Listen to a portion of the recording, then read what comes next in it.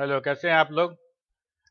आज Python programming का session 4 है और इस सेशन में हम लोग बात करेंगे कि हमारा डेटा टाइप क्या होता है और कितने तरह का होता है। तो सबसे पहले हम समझते हैं डेटा होता क्या है और हमारे प्रोग्राम में डेटा इतना इम्पोर्टेंट क्यों है। तो अगर हम प्रोग्रामिंग की बात करें तो हमारा प्रोग्राम प्रोसेस करता है डेटा को और उसके बाद जो आउटपुट आता है उसको हम लोग इंफॉर्मेशन बोलते हैं। That means the data is processed by the program and it gives information as output. ये तो बात हो गई। तो हमारा प्रोग्राम क्या क्या प्रोसेसिंग करता है डेटा पे। हमारा प्रोग्राम क्या क्या प्रोसेसिंग करता है डेटा पे, हम उसको अगर देखना चाहें तो ऐसे करें कि आ, बहुत सारा प्रोसेसिंग है। मैंने यहाँ पे बहुत बहुत कम लिस्ट किया है सिर्फ समझने के लिए कि जैसे हमारा डेटा है उसमें हमने कुछ अर्थमेटिक ऑपरेशन किया, जोड़ किया, घटाव किया, मल्टीप्लिकेशन किया, डिवीजन किया, एक्सेट्रा एक्सेट्रा। कुछ लॉजिकल ऑपरेशन भी किया, कुछ कंपैरिजन किया दो डेटा को, और इस तरह से बहुत सारा काम हम डेटा पे कर सकते हैं। और ये सारा काम करने के बाद, ये प्रोसेसिंग करने के बाद हमको कुछ आउटपुट मिलता है प्रोग्राम से, जिसको हम बोल रहे हैं इंफॉर्मेशन। तो ये डेटा जिस पे हम प्रोसेसिंग की बात कर रहे हैं, डेटा आया कहाँ से, कौन सा डेटा है जिस पे प्रोसेसिंग की बात हो रही है। एक्चुअली ये डेटा कीबोर्ड से यूजर के द्वारा एंटर किया गया है या फिर डेटाबेस का कुछ डेटा हम रिसीव कर रहे हैं डेटाबेस से और उसको प्रोसेस कर रहे हैं। फिर से समझिए इस बात को। डेटा जिस पे हम प्रोग्राम अप्लाई कर रहे हैं, प्रोग्राम का जो लॉजिक लगा रहे हैं और डेटा को हम बोल रहे हैं कि आउटपुट एज इंफॉर्मेशन मिल रहा है, वो डेटा कहाँ से आया। वो डेटा या तो यूजर इनपुट करेगा कीबोर्ड से रन टाइम में, जैसे पूछते हैं inter your age, inter your basic, उस समय जो डेटा इंटर करते हैं वो हम बोल रहे हैं रन टाइम का डेटा, है ना, इंटर्ड फ्रॉम कीबोर्ड। या फिर हम डेटाबेस में कुछ डेटा ऑलरेडी सेव है पहले से, उसको डेटा वहां से फेच कर रहे हैं हम और उसको प्रोसेस कर रहे हैं। प्रोसेस करने के बाद हम आउटपुट निकाल रहे हैं। आउटपुट हम या तो स्क्रीन पर डिस्प्ले करेंगे या वापस डेटाबेस से भेज देंगे, वो अलग बात है, वो हम लोग देखेंगे बाद में। अभी हम लोग सिर्फ डेटा पे कॉन्सेंट्रेट करेंगे। तो जब कीबोर्ड से डेटा लेने की बात आती है तो हम एक चीज को मेंशन करना चाहते थे कि डेटा कितने तरह का होगा। अगर मान लीजिए हम डेटा को ऐसा बोले कि आ, बहुत छोटा डेटा, जैसे हम इलेक्ट्रॉन इलेक्ट्रॉन के रेडियस की बात करें, या किसी कोई एटम है उसका अ, उसका जो ऑर्बिट है उसकी बात करें, वो कितना छोटा डेटा होगा सोच के देखिए आप। बहुत छोटा डेटा है। अगर हम बात करें कि मंगल ग्रह का दूरी कितना है हमारा, वो कितना बड़ा डेटा होगा। अगर हम एज की बात करें, अगर हम सैलरी की बात करें, बेसिक की बात करें, तो हमारा डेटा का कितना बड़ा रेंज है, कितना छोटा से कितना बड़ा तक, कितना छोटा से कितना बड़ा तक, ये हम देख पा रहे हैं। तो अब ये समझना है कि ये जो डेटा जो कीबोर्ड से इंटर होता है वो प्रोग्राम में कहाँ होता है। ऑपरेटिंग सिस्टम में हम लोगों ने पढ़ा था कि जब कोई प्रोग्राम एज ए प्रोसेस जब मेमोरी में लोड होता है एक्सेस होने एग्जीक्यूट होने के लिए, तो उस समय उस प्रोसेस के साथ साथ जितने भी रिसोर्सेज हैं सब मिलते हैं उसको, मतलब और रिसोर्सेज की बात ही कहाँ है। डेटा जो है वो वेरिएबल के शेप में रहेगा और प्रोग्राम का इंटरनल पार्ट है, प्रोग्राम के अंदर रहेगा। तो जब program as a process memory load होगा तो सारा डेटा भी मेमोरी लोड होगा। तो इससे एक बात तो ये समझ में आती है कि हमारा डेटा वो मेमोरी में रहता है, वो मेमोरी में रहता है। चलिए, अब मेमोरी में रहेगा तो प्रोग्राम उसको कैसे रिकॉग्नाइज करेगा? एड्रेस से, मेमोरी के उस एड्रेस से जहां पे वो लोकेशन जहां पे स्टोर है। ओके, अब आप ये बताएं कि हमने 5 डेटा यूज किया हुआ है, नेम के लिए, एज के लिए, जेंडर के लिए, बेसिक सैलरी के लिए और नेट सैलरी के लिए 5 वेरिएबल हमने बनाया और पांचों डेटा यूजर से हम इनपुट करा रहे हैं और पांचों ये ऑल 5 डेटा मेमोरी में कहीं ना कहीं स्टोर हो रहा है और सबका कुछ एड्रेस होगा। किसी का एड्रेस होगा 2005, किसी का होगा 19998, बहुत सारा 5 होगा। सिर्फ 5 ही लेके चल रहे हैं, आप सोचिए कितना डिफिकल्ट है।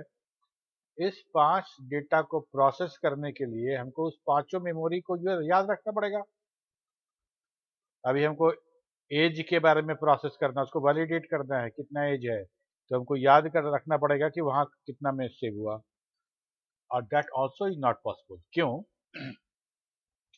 कि एज ए प्रोग्रामर हमको कैसे पता चलेगा कि मेमोरी किस मेमोरी लोकेशन में मेरा डेटा या प्रोग्राम लोड हो रहा है? नहीं जान सकते हैं, हर बार प्रोग्राम अलग अलग मेमोरी एरिया में लोड होगा। तो ये सारा जो मैंने डिस्कशन किया वो इसलिए किया कि मैं आपको समझा पाऊं कि वेरिएबल क्या है और क्यों यूज करना पड़ता है हमको। ठीक है, तो अब क्या होता है कि जो डेटा मेमोरी में स्टोर हो रहा है और हर बार जब रन करेगा तब अलग अलग मेमोरी उसको मिलेगी और उस मेमोरी को हम एक फिक्स्ड नेम देना चाहते हैं, एक फिक्स्ड नेम देना चाहते हैं, उसी को हम लोग बोल रहे हैं वेरिएबल। उसको बोल रहे हैं वेरिएबल। हमने बोला एज, हमने बोला नेम, हमने बोला बेसिक, ये सारा का सारा हमारा आइडेंटिफायर है जो हम लोगों ने लास्ट क्लास में पढ़ा था। ये सारा का सारा आइडेंटिफायर का रूल भी हम लोगों ने पढ़ा था कि कौन सा वैलिड रूल है और कैसे हम बना सकते हैं और कैसे नहीं बना सकते हैं। तो अब तो समझ में आ गया कि जो वेरिएबल, जो डेटा जिसको प्रोसेस करना है प्रोग्राम के थ्रू, वो डेटा हमारा मेमोरी में रहता है और मेमोरी के अलग अलग एड्रेस में हर बार वो लोड होता है, जिसको हम पहले से नहीं जान सकते हैं। तो पहले से क्या जान सकते हैं? उसका नाम, उसका नामकरण कर दें, उसका आइडेंटिफायर बना दें, तो हम बोलेंगे कि भाई है। जब जब रन करेगा हम एज को एज मानेंगे। इस बार एज का एड्रेस 1005 था, अगले बार 2005 रहेगा, उसके बाद 3005 रहेगा, कुछ भी रहे, हमको एज तो पता है। एज हम बोलेंगे तो हम उसी को रेफर कर रहे हैं। ओके, इसके बाद हमने बताया था ना कि डेटा का साइज छोटा से बड़ा, बड़ा से छोटा। ओके, तो इसके बाद देखिए कि जो डेटा है हमारा कितने तरह का है। होल नंबर, मतलब बिना डेसिमल पॉइंट वाला है। फिर डेसिमल पॉइंट वाला भी है, फिर स्ट्रिंग भी है, फिर बुलियन भी है। ऐसा बहुत सारा डेटा है, तो देखेंगे अभी बहुत सारा डेटा है। किसी का लेंथ छोटा है, किसी का बड़ा है, किसी का बहुत बड़ा है, किसी का बहुत छोटा है, मतलब ये वैरायटी ऑफ डेटा है। तो अब अभी हम लोगों ने क्या बोला कि डेटा कहाँ स्टोर होता है? मेमोरी में। तो मेमोरी में जो स्टोर होता है, तो इतना तो हम समझ सकते हैं कि बड़ा डेटा को बड़ा मेमोरी, छोटा डेटा को छोटा मेमोरी। बड़ा डेटा जो होगा उसके लिए मेमोरी बड़ा लगेगा और जो छोटा डेटा होगा उसके लिए मेमोरी छोटा लगेगा। तो जो लैंग्वेज डेवलप कर रहे थे, प्रोग्रामिंग लैंग्वेज, अगर हम सी की बात करें या इवन पाइथन की बात करें, तो हमको ये डिस्टिंग्विश करना बहुत जरूरी था कि कौन सा डेटा अभी यूज होने वाला है, ताकि हमको ये पता रहे कि हम कितना मेमोरी ऑक्युपाई करें। हम बहुत अब एज के लिए हम वो उतना मेमोरी तो ऑक्यूपाई नहीं करेंगे जितना में हम मीटर में हम रखते हैं मंगल ग्रह का दूरी। इतना मीटर में कितना बड़ा डेटा होगा, सोचिए तो। उतना बड़ा सिर्फ एज के लिए तो हम नहीं रख सकते हैं। तो हमको ये पता चलना बहुत जरूरी था कि डेटा, कितना बड़ा डेटा चाहिए ताकि हम उसके हिसाब से मेमोरी ऑक्यूपाई करें।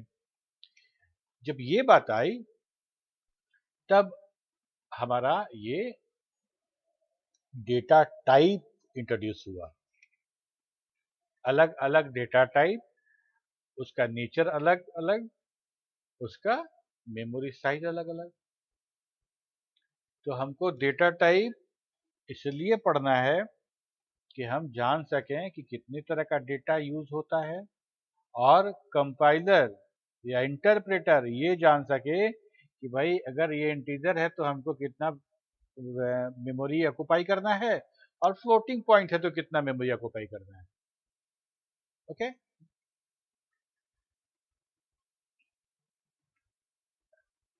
पाइथन में हम लोग टोटल 14 डेटा टाइप पढ़ेंगे।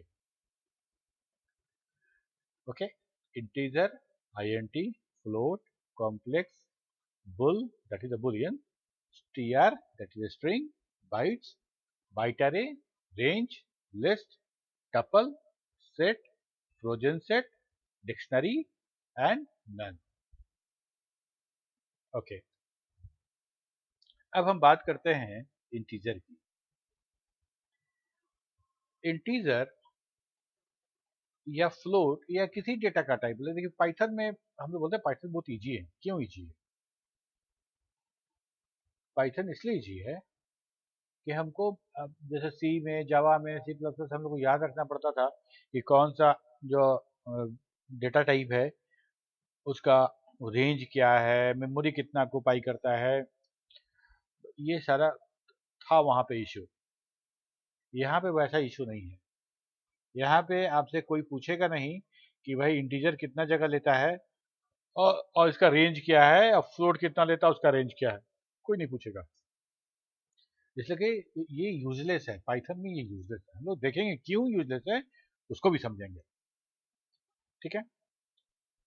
और यहाँ पे जितना डेटा टाइप हम पढ़ेंगे सारा का सारा हमारा ऑब्जेक्ट टाइप है, सारा ऑब्जेक्ट टाइप है।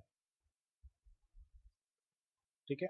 अभी जिन्होंने सी प्लस प्लस या सॉरी सी प्लस प्लस या जावा नहीं किया है वो इस बात को सिर्फ सुने, उनको बाद में समझ में आ जाएगी बात। यहाँ जितना डेटा टाइप है सारा का सारा ऑब्जेक्ट है। और जब ऑब्जेक्ट है तो साइज ऑफ ऑब्जेक्ट को हम लोग पहले से कैसे बता सकते हैं? ठीक, होता क्या है कि साइज ऑब्जेक्ट, किसी ऑब्जेक्ट का साइज उस ऑब्जेक्ट के अंदर के डेटा मेंबर, फिर जो प्रॉपर्टीज है उसके आधार पे वो डिसाइड होता है। तो हम ऐसे ही तो बता ही नहीं सकते। एक और बात है वो ये कि जो साइज है वैल्यू का, डेटा का, वो पाइथन फ्लोट के अलावा वो हमेशा वो इंक्रीज और डिक्रीज करके वो अकोमोडेट कर लेता है वैल्यू को। तो हमको मैक्सिमम मिनिमम का बात ही नहीं है, मैक्सिमम मिनिमम का बात नहीं रह जाता है। अगर हम मैक्सिमम के ऊपर एक्सीड करते हैं तो क्या होता है कि वो ज़्यादा मेमोरी ऑक्यूपाई करता है और वो ज़्यादा डेटा वो स्टोर कर लेता है। अच्छा, हम समझेंगे जब फ्लोट डिस्कस करेंगे तो बताएंगे कि फ्लोट में क्या होता है। तो there is no maximum size limit of the variable. ठीक है। एक चीज और, हम यहाँ पे इवन वेरिएबल नेम का लेंथ भी डिसाइड नहीं कर सकते। मतलब अगर हम किसी वेरिएबल नेम में हम पूरा एक पैराग्राफ का वेरिएबल नेम बनाना चाहें तो बना सकते हैं, लेकिन उतना बड़ा वेरिएबल नेम जब डेटा प्रिंट करना होगा तो आपको वापस लिखना भी पड़ेगा। तो रिकमेंडेड नहीं है कि हम एक पैराग्राफ का हम वेरिएबल नेम बनाएं, बट पाइथन की तरफ से वो कोई पाइथन मना नहीं करता है इसके लिए। ठीक है, अब आते हैं हम लोग डेटा पे, डेटा टाइप पे। डेटा टाइप में हम लोग देख रहे हैं न्यूमेरिक डेटा। न्यूमेरिक डेटा के लिए आईएनटी होल नंबर के लिए, फ्लोट फ्लोटिंग पॉइंट के लिए, और एक कॉम्प्लेक्स नंबर है जो सी सी प्लस प्लस जावा में नहीं है। ठीक है, तो ये तीन जो डेटा टाइप है उसको हम लोग देखेंगे। और चौथा है बुल, जो वो भी हमारा कहते हैं कि इंटीजर का ही एक्सटेंडेड रूप है। तो हम लोग अभी देखेंगे। तो int is use to store whole number. Whole number मतलब पॉइंट वाला नहीं है, एक 1 है, 2 है, 3 है, 4 है, ऐसा करके। और हमारा जो पाइथन का int है वो सिर्फ डेसिमल ही नहीं, वो बाइनरी, ऑक्टल और हेक्साडेसिमल भी स्टोर कर सकता है। पाइथन का int 31 बिट, एकदम बिल्कुल सी और सी प्लस प्लस के स्टाइल में हम बात कर रहे हैं कि अगर मान लीजिए मेरा 32 बिट का मशीन है तो एक बिट जो है वो मेरा रह जाएगा साइन बिट और बचेगा 31 बिट। तो 31 बिट इधर प्लस और minus, sign bit plus minus हो जाएगा, और चूंकि जीरो भी है बीच में इसलिए एक माइनस कर देते हैं 32 बिट। तो ये हमारा वो पूरा का पूरा रेंज आ जाता है कि इतना रेंज का डेटा सेव होगा। और 64 बिट पे क्या होगा, 63 बिट, एक बिट रह जाएगा साइन बिट के लिए। अच्छा, यहाँ पे अभी आप लोग के दिमाग में सवाल आया होगा कि अभी तो बोल रहे हैं 32 बिट है, अभी बोल रहे थे कि डेटा इंक्रीज और डिक्रीज होता रहता है। यहाँ पे हम लोगों ने देखा था ना, तो maximum size limit, there is no maximum size limit. ठीक है, तो यहाँ एक चीज़ 32 बिट कहते हैं। तो ये तो है, लेकिन जैसे ही डेटा बढ़ेगा 32 बिट से, अभी हम दिखाएंगे, एक कोड लिखेंगे और कोड प्लस में दिखाएंगे क्या होता है कोड ब्लॉक में, और यहाँ भी दिखाएंगे। Okay, Python integer grow as the number grow and occupy more space automatically internally. ये ज़्यादा स्पेस अलोकेट करेगा और वो डेटा सेव कर लेगा। अब हर लैंग्वेज में शॉर्ट और लॉन्ग दो तरह का आईएनटी स्टोर करते हैं हम लोग, है ना। एक होता है हमारा टर्बो सी में 2 बाइट का होता था और 32 बिट में 4 बाइट का, और लॉन्ग जो होता था वो ज़्यादा स्टोर करता था। यहाँ पे दो नहीं है, होल नंबर के लिए सिर्फ एक ही है, क्योंकि आईएनटी खुद में जब ग्रो कर सकता है ज़्यादा बड़ा डेटा के लिए तो लॉन्ग की आवश्यकता नहीं थी। पाइथन 2 में लॉन्ग था, यहाँ लॉन्ग को हटा दिया गया है। ठीक है, there is no separate long type. तो हम लोग थोड़ा सा हम देखना चाहेंगे, हम लोग देखते हैं थोड़ा सा कुछ कुछ। तो जैसे हम लोग देखते हैं, हम लोग तो देखे थे कि ये डायनेमिकली टाइप्ड है, a इक्वल टू 10। तो हम लोग को बताना नहीं पड़ता है कि भाई ये इंटीजर बनाइए आप द क्लास int।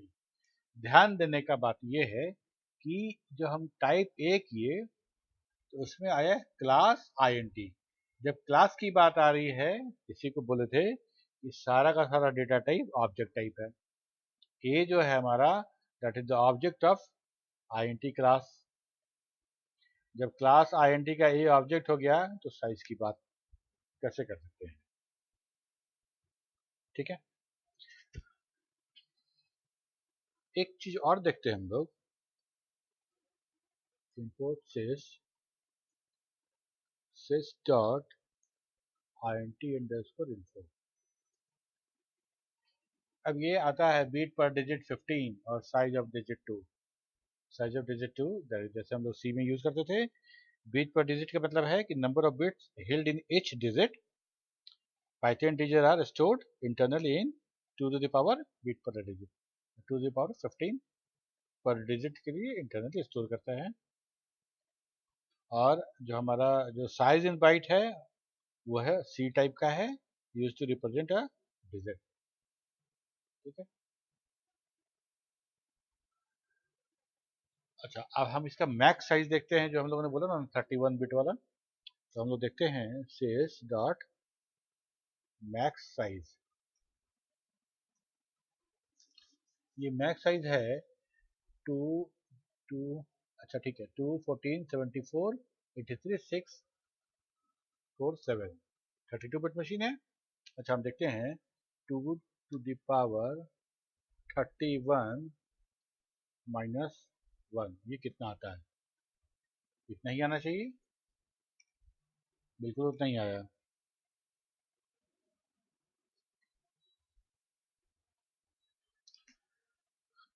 ये इतना आ गया। ओके।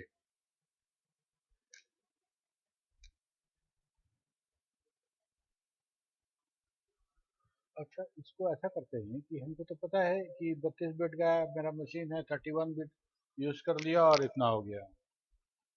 ओके, तो अगर हम ऐसा देखें कि साइज देखते हैं, sys dot get size of a, ये 14 बाइट ले रहा है, 14 byte. It is not bit, it is byte. Okay, तो ये जो जगह ले रहा है वो ऑब्जेक्ट का है, ये ऑब्जेक्ट का स्पेस है, दैट इज 14 बाइट। ओके, अब हम ऐसा करते हैं, लिखते हैं b बराबर sys dot max size. sys dot max size ये 2 14 74 83 6 4 7 ऐसा कुछ आया।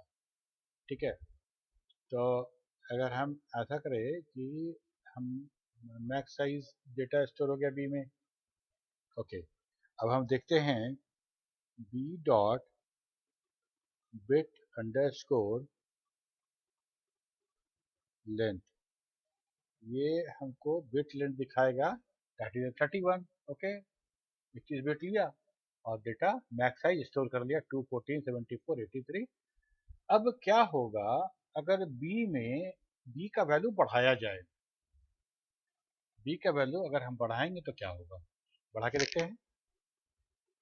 अब हम लिखते हैं बी बराबर बी गुना 2। बी में मैक्स साइज है, 2 से गुना कर दिए। ठीक है, अब हम देखते हैं B dot bit underscore length,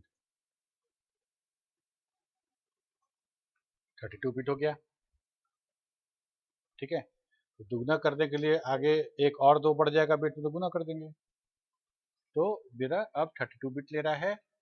और हम जैसा ऑब्जेक्ट का साइज देखें क्या बढ़ा है कि नहीं बढ़ा है, देखते हैं। sys dot get size of B 18 हो गया है। 14 था वहाँ पे जब मैक्स साइज था, ए का 14 था, यहाँ पे 2 से गुना करने के बाद ये साइज 18 हो गया है। तो ये हमारा साइज बढ़ गया, ऑब्जेक्ट का साइज भी बढ़ गया और हमारा जो बिट ऑक्युपाई कर रहा था वो साइज भी बढ़ गया। अच्छा, यही काम अगर हम करेंगे कोड ब्लॉक में तो क्या होगा कि जब हम मैक्स साइज 2 14 74 83 6 47 के बाद उसमें एक भी जोड़ेंगे तो वो निगेटिव साइड में आ जाएगा, वो ओवरफ्लो करेगा उधर से, क्योंकि उसको तो 31 बिट दिया हुआ है, 31 बिट में मैक्सिमम नंबर यही है। वहां से जैसे ही बोलेंगे +1 तो +1 तो ओवरफ्लो होगा और यहाँ पे वो आ जाएगा -47 647। ये यही वाला डेटा रहेगा लेकिन माइनस साइन के साथ आ जाएगा। ठीक है, आप लोग करके दिखिएगा। हम करके दिखा सकते हैं बच्चे, अगर हम code block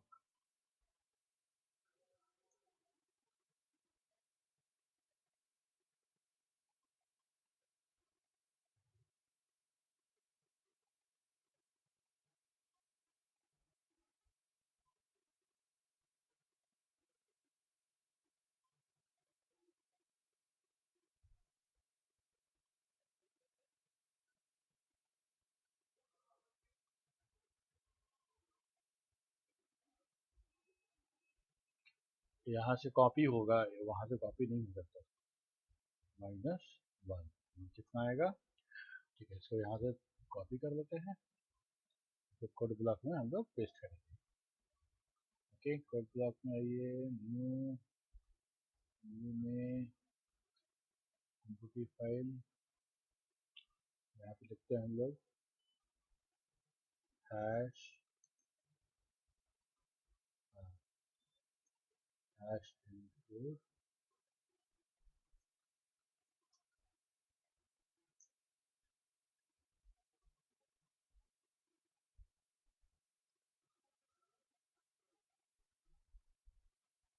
main1 okay.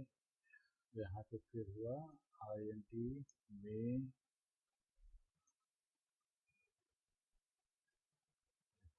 int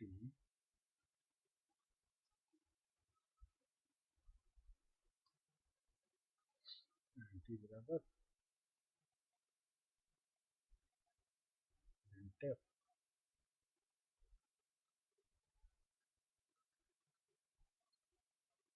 sorry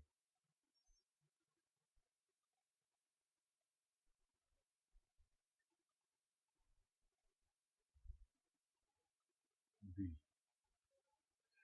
हम लोग करना क्या था, यहाँ पे प्लस करना था 1 और देखना था कि क्या करता है ना। सेव कर दिए, यहाँ से रन कराए,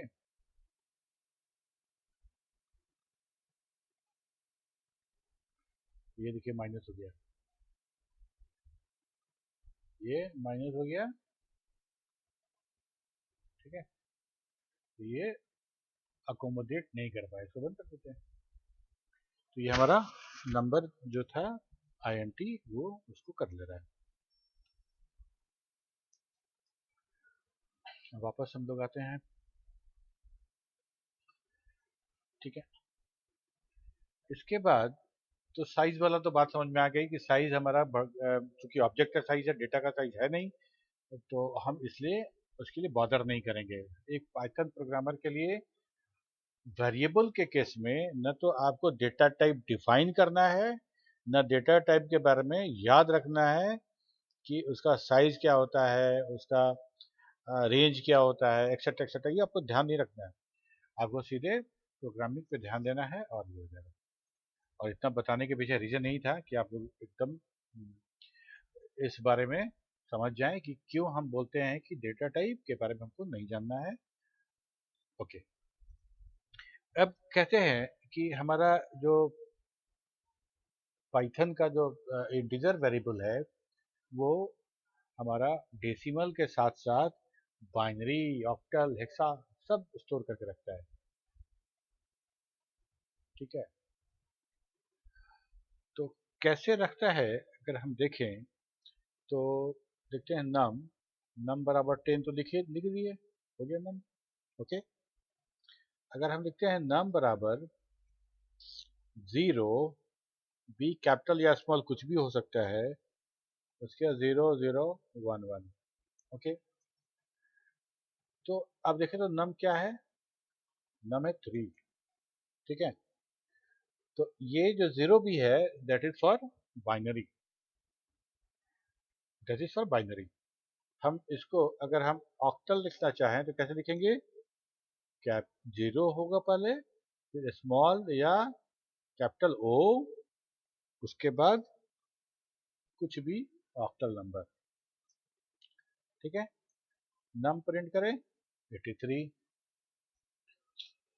अब हेक्सा एक बार रख देखते हैं, नम बराबर X A B C. Okay, हम प्रिंट करें, ये हमारा।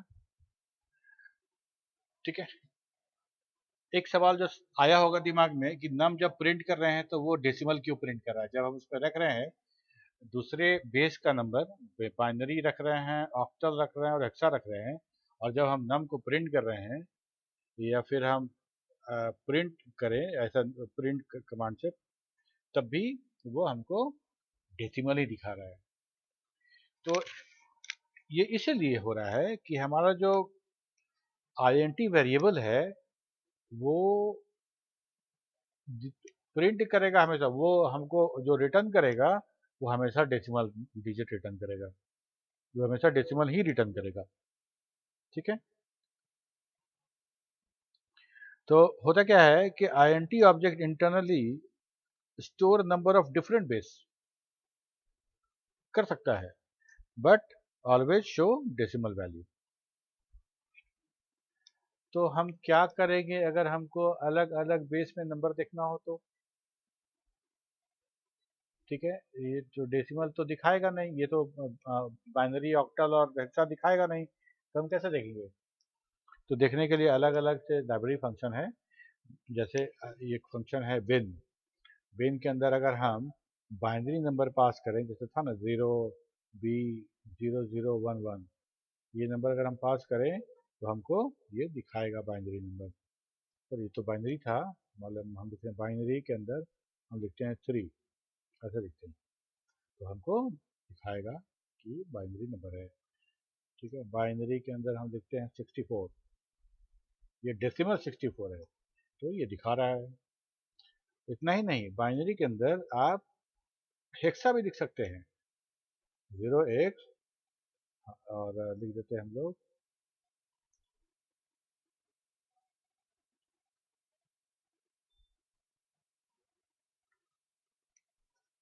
ठीक है।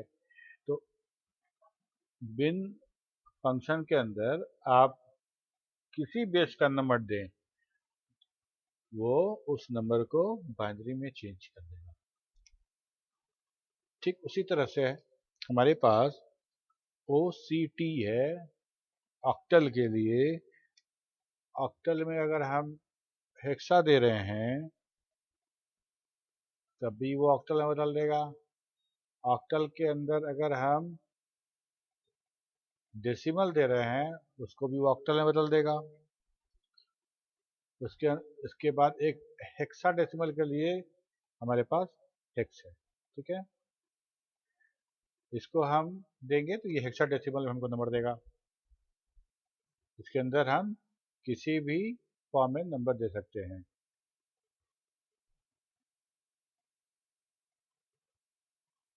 ये हम बाइनरी दे रहे हैं तो भाई इसको भी है हेक्साडेसिमल में बदल दिया। ठीक है, तो हमारा आईएनटी क्या कर रहा है? आईएनटी डेटा हमारा जो है वो डेसिमल होल नंबर स्टोर करता है। 31 बिट, 31 बिट लेता है 32 बिट मशीन पे, एक बिट छोड़ देता है साइन के लिए, और 63 बिट लेगा 64 बिट मशीन के लिए, तो एक बिट वहाँ पे भी छोड़ देगा। ये हो गया। जैसे जैसे नंबर ग्रो करेगा वैसे वैसे वो अपना साइज बढ़ाता जाएगा और बहुत बड़ा साइज रख सकता है। जैसे x बराबर हम लिखें, देखिए इतना बड़ा ऐसे, ठीक है, कोई ओवरफ्लो नहीं, कोई दिक्कत नहीं है। ठीक है, अगर हम मान लीजिए हम देखें कि x डॉट बिट लेंथ कितना है,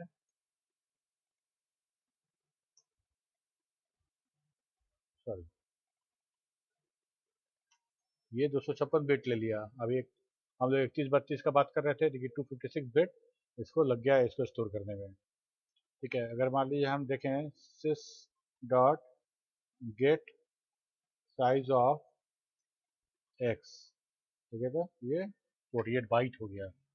तो ऐसा ही ग्रो करेगा और वो सारा डेटा अकोमोडेट कर देगा। अच्छा, एक बात और हमने बताया था कि हम एक पैराग्राफ का भी वेरिएबल बना सकते हैं। ठीक है, मान लीजिए हम वेरिएबल बना रहे हैं इतना बड़ा, ठीक है, इस पर लिखते हैं 10, इसको प्रिंट करना है तो काउंट करना पड़ेगा इतना बड़ा वेरिएबल, बराबर बराबर आ गया, इसका वैल्यू प्रिंट करना है तो 10। ठीक है, ये रिकमेंडेड नहीं है लेकिन ये भी अलाउड है। तो ये हमारा था इंटीजर। अब हम लोग देखते हैं फ्लोट के बारे में। फ्लोटिंग पॉइंट नंबर का जो स्टैंडर्ड है वो दिया गया है IEEE के द्वारा, और फ्लोटिंग पॉइंट बहुत कम्प्लेक्स नंबर है, मतलब उसका जो स्टैंडर्ड है वो बहुत कम्प्लेक्स है। और 754 डबल प्रिसीजन और सिंगल प्रिसीजन दो तरह से हम लोग करते हैं, एक 32 बिट का, एक 64 बिट का। और अगर आपको इसमें इंटरेस्ट हो तो क्लास में आप पूछिएगा, और नहीं तो आपको IEEE के साइट पे मिल जाएगा। RFC 754 बोलेंगे तो मिल जाएगा आपको, second single precision, double precision. Python में भी, पाइथन में अब क्या है कि डबल नहीं है, डबल का कंसेप्ट नहीं लगाया गया है। जैसे वहां पे लॉन्ग नहीं था, या बोले लॉन्ग ही था, शॉर्ट INT नहीं था, या एक ही था जो दोनों का काम कर रहा था। तो यहाँ फ्लोट के केस में डबल है, अलग से डबल नहीं है, एक ही फ्लोट है जो स्टोर कर लेता है सबको। ठीक है, तो फ्लोट के साथ थोड़ा सा प्रॉब्लम है कि ये वैसे बियॉन्ड द लिमिट ग्रो नहीं कर पाता है, और चूंकि फ्लोट है, फ्लोट बढ़ के डबल का, डबल वाला डेटा स्टोर कर सकता है। लेकिन जो कि IEEE का स्टैंडर्ड है सिंगल प्रिसीजन और डबल प्रिसीजन, जिसको कि फ्लोट और डबल से बाकी सारे लैंग्वेज में उनका स्टोर करने का प्रावधान दिया गया है, यहाँ पे वो प्रावधान सिर्फ हमको फ्लोट का मिलता है, और वो दोनों तरह का डेटा स्टोर कर देता है। क्योंकि स्टैंडर्ड है, स्टैंडर्ड के बियॉन्ड नहीं जा सकते हैं आप, तो यहाँ पे पाइथन भी इंटीजर जैसा बहुत बड़ा, मतलब वो तो ऑलरेडी बड़ा है ही है, उससे बड़ा डेटा नहीं ले पाता है, नहीं स्टोर कर पाता है। ओके, हम जो कह रहे हैं अभी हम समझा देते हैं आपको क्या कहना चाह रहे हैं। ठीक है, तो फ्लोटिंग पॉइंट डेटा है किस तरह के डेटा के लिए? वैसा डेटा जो पॉइंट वाला है, मतलब डेसिमल पॉइंट वाला है, जिसको फ्लोटिंग पॉइंट कहते हैं। ठीक है, और उसके लिए सिर्फ एक ही डेटा टाइप हमारे पास है, दैट इज फ्लोट, डेसिमल अलग से नहीं है। ओके, तो हम, तो क्या इस फ्लोट वाले में हम स्टोर कर सकते हैं, जैसे बाइनरी वाइनरी जो भी स्टोर कर रहे थे इंटीजर में, क्या फ्लोट सपोर्ट करता है? नहीं सपोर्ट करता है, सिर्फ INT नंबर ही सपोर्ट करता है, इंटीजर वाला नंबर। मैंटिसा में भी, एक्सपोनेंट में भी, जो भी है हमारा नंबर जो रहेगा 1 2 3 डेसिमल बेस 10 वाला ही नंबर स्टोर होगा। ठीक है, एक फायदा ये है कि हमारा फ्लोट नंबर जो है एक्सपोनेंशियल फॉर्म जो है वो उसको सपोर्ट करता है। ठीक है, जैसे हम लोग लिखते हैं ना 1.5 ई टू दी पावर समथिंग, ऐसा ई वाला, वैसा जो हम लिख सकते हैं। उसमें क्या होता है कि बहुत बड़ा नंबर हम बहुत शॉर्ट फॉर्म में हम दिखा पाते हैं, बहुत दिखा देते हैं। ओके, तो हम लोग एक बार फिर से हम आते हैं शेल में, और वहाँ पे फ्लोटिंग पॉइंट का कुछ दिखाते हैं।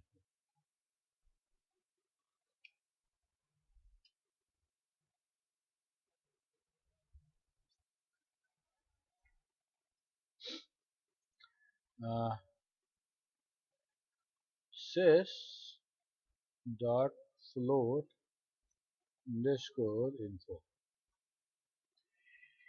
ये जो देखिए मैक्सिमम है 1.7, बहुत बड़ा नंबर है, और e टू दी पावर 308, मतलब गुने e मतलब 10। ठीक है, मतलब 1 पॉइंट से इतना ये वाला डिजिट, उसके बाद गुना 10, 10 टू दी पावर 308, मतलब 10 पे 308 शून्य, इतना जीरो है, उतना बड़ा नंबर ये है। और जो हमारा एक्सपोनेंट होता है, मैक्सिमम एक्सपोनेंट 1024 है, ये डबल वाला है। ठीक है, और ये 308 तो हो ही गया ये वाला। मिनिमम नंबर जो हमारा है वो ये है। ठीक है, और -16, ये हमारा वो डेटा है जो एक फ्लोट, पाइथन फ्लोट स्टोर कर सकता है। ठीक है, अब हम मैक्स नंबर निकालते हैं। जैसे मैक्स है हमारा ये वाला, इसको कॉपी कर लेते हैं। तो इसमें तो कॉपी होगा नहीं, तो हमको यहाँ पे करना पड़ेगा। इसमें आते हैं और यहाँ लिखते हैं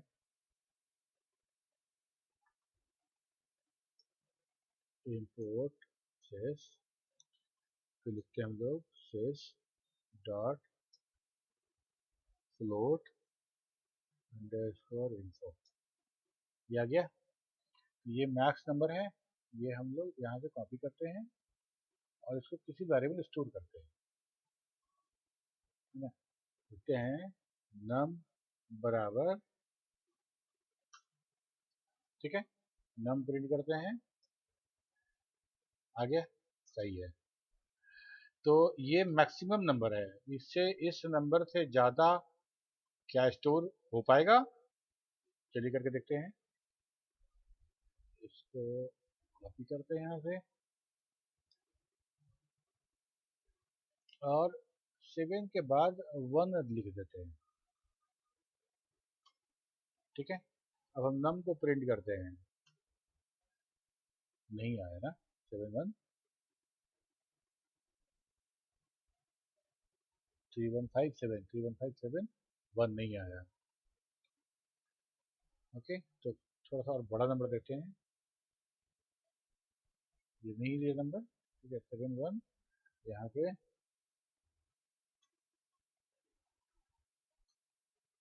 नहीं आ रहा, मतलब ये मैक्सिमम नंबर है, ये इसके बाद ग्रो नहीं करेगा, हमारा फ्लोट इसके बाद ग्रो नहीं करेगा, ठीक है। तो ये हमारा हो गया फ्लोट। और फ्लोट हमारा, हम देखिए ये फ्लोट नंबर है और ई वाला जो देख रहे हैं इसी को हम लोग बोलते हैं एक्सपोनेंशियल फॉर्म, है ना। ई के रूप में लिखते हैं हम लोग, जैसे मान लो हमको लिखना है 1.1.5, इतना ऐसा लिखना है। तो क्या करेंगे, 1 2 3 4 5 6 7 8 9 10 11, 11 है तो हम लोग लिख सकते हैं E 11, ठीक है। और इसमें आगे हम लिख देते हैं ए बराबर, ठीक है। तो ये वही हो गया मेरा 12, एक और जुड़ गया उधर, 1 2 3 4 5 6 7 8 9 10, और 11 वाला जो था 1.5 को 15 कर दिया, ठीक है। ये हमारा फ्लोट हो गया।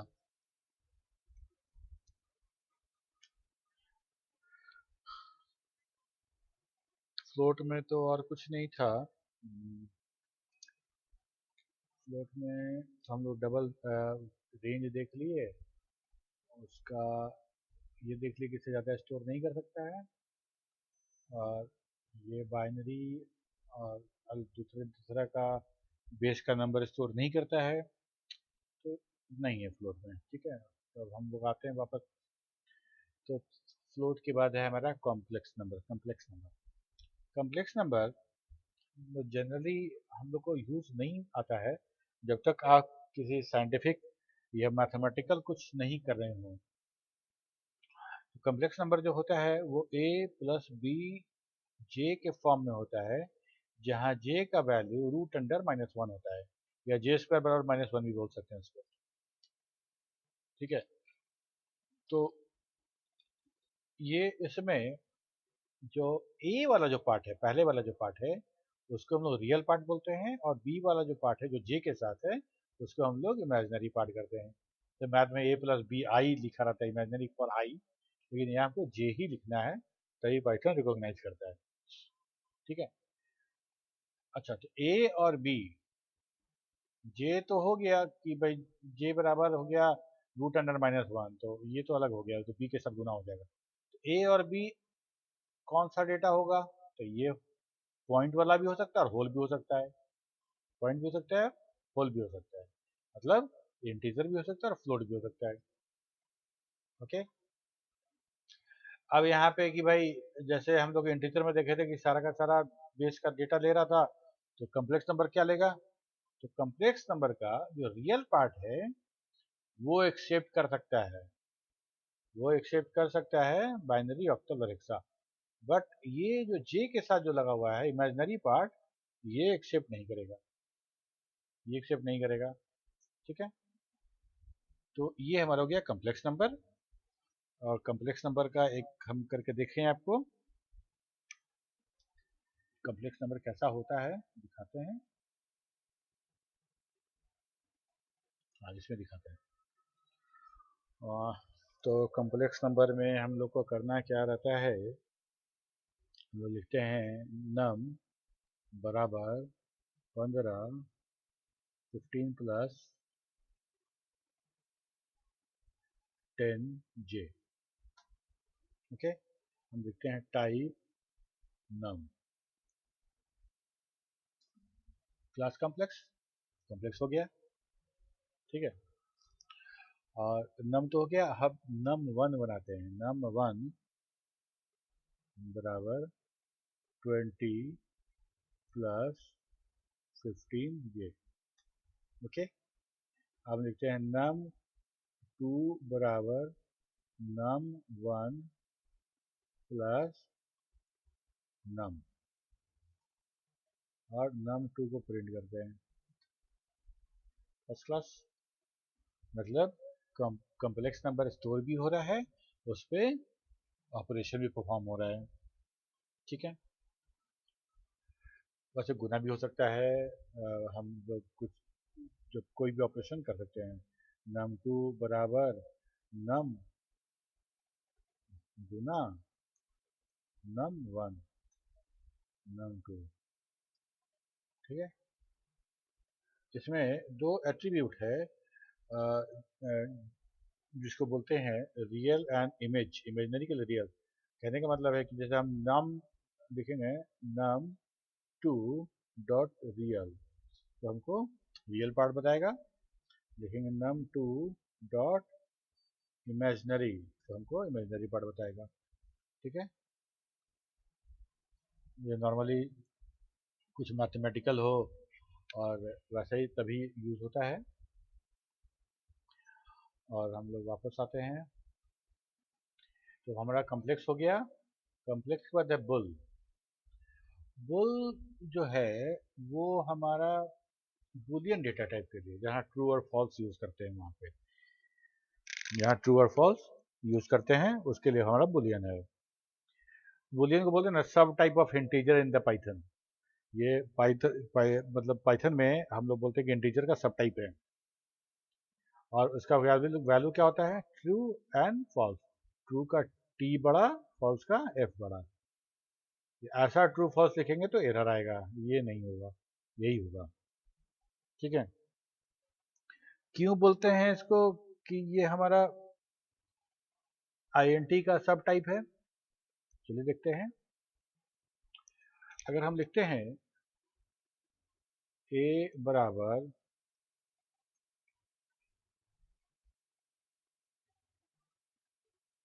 True type A, that is the bull. Okay, तो अगर हम लिखते हैं ऐसा TRUE ट्रू प्लस ट्रू, दो मतलब 1 and 1 2, ट्रू मतलब 1, फॉल्स मतलब 0, ठीक है। तो लिखते हैं, सॉरी, ट्रू प्लस फॉल्स 1, ठीक है। True true true 3। अच्छा, इसको ऐसे लिखें, इसको हम लोग पैरेंथेसिस से क्लोज कर दें, multiply by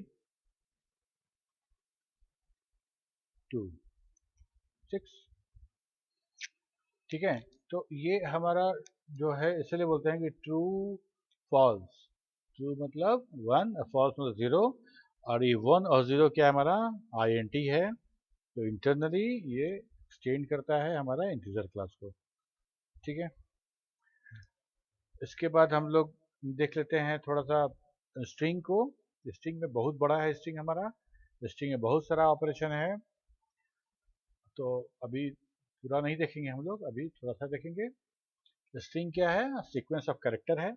it is enclose in single और डबल कोट्स। ट्रिपल सिंगल और double quotes is used for multiline string. String in Python use Unicode character, multilingual support. तो ये हमारा जो स्ट्रिंग है वो हम लोग देखते हैं।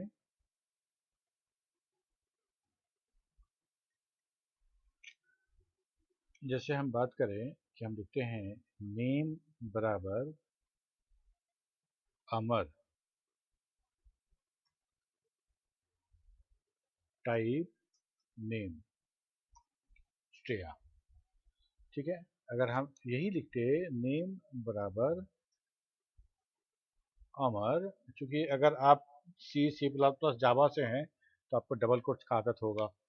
ठीक है, तो ये भी अलाउड है, कोई इशू नहीं है, आप ये भी कर सकते हैं, लेकिन रिकमेंड नहीं करता है पाइथन। ये हो गया।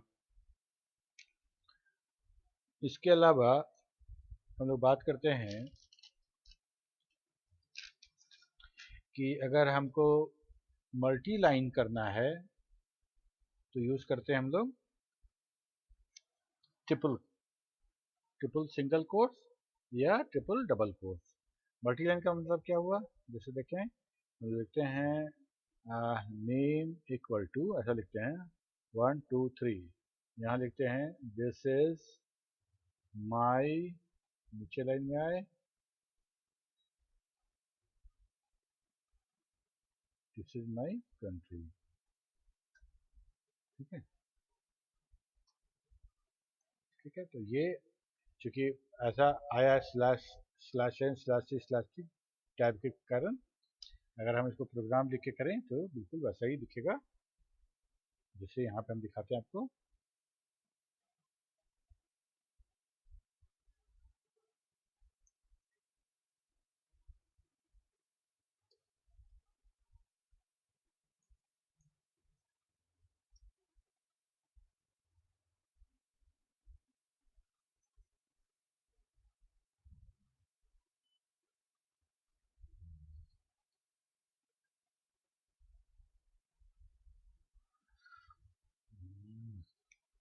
यहाँ पे लिखते हैं हम लोग ट्रिपल कोट। ठीक है, सेव, और यहाँ से हम लोग रन कराते हैं इसको।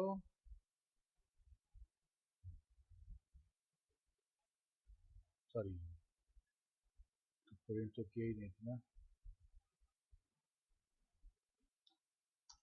यहाँ पे हमको प्रोग्राम में प्रिंट करेंगे तभी प्रिंट होगा, वहाँ सिर्फ वेरिएबल का नेम लिखते थे तो हो जाता था।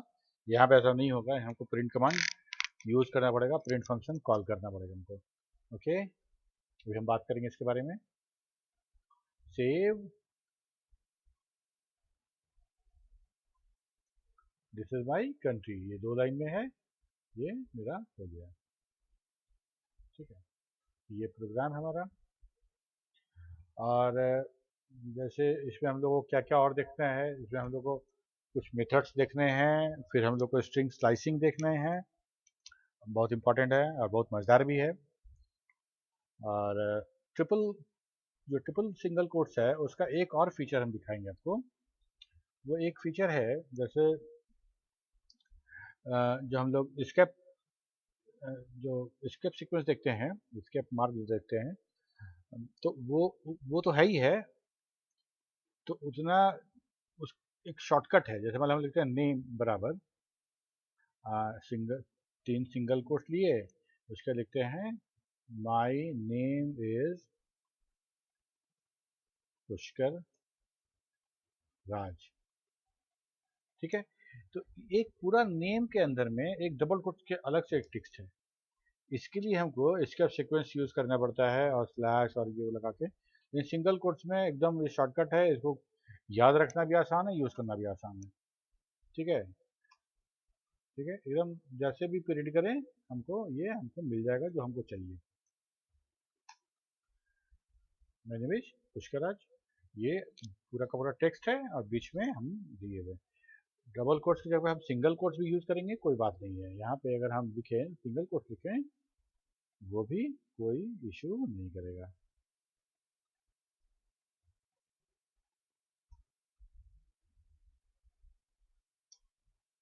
ठीक है, तो यहाँ तक तो हो गया मेरा, हमको लगता है वीडियो बहुत लंबा हो गया है आज हम इसको यहीं समाप्त करते हैं और अगले क्लास में हम लोग बात करेंगे कि हम लोग स्क्रिप्ट जो लिख रहे हैं वो कितने तरह से रन करा सकते हैं, और इस स्क्रिप्ट को अगर हम फाइल में सेव कर दें तो हम बोलते हैं कि वो मेरा प्रोग्राम हो गया या स्क्रिप्ट फाइल हो गया। वो कैसे कैसे कर सकते हैं, तो ये सारा बात करेंगे। और फिर हम लोग डेटा टाइप में आगे बढ़ेंगे, जिसमें हम लोग स्ट्रिंग के बारे में देखेंगे। और अभी चूंकि डेटा टाइप डिस्कस कर रहे हैं तो हम लोग स्ट्रिंग पे, अगर हम स्ट्रिंग का सारा कुछ डिस्कस करने लगेंगे तो इसी में यहीं पे रह जाएंगे। तो हम स्लाइसिंग डिस्कस करके स्ट्रिंग आगे बढ़ जाएंगे, फिर हम लोग बाद में स्ट्रिंग का कुछ इंपॉर्टेंट लाइब्रेरी फंक्शन बाद में देखेंगे। चलिए आज के लिए इतना ही। Okay, bye bye.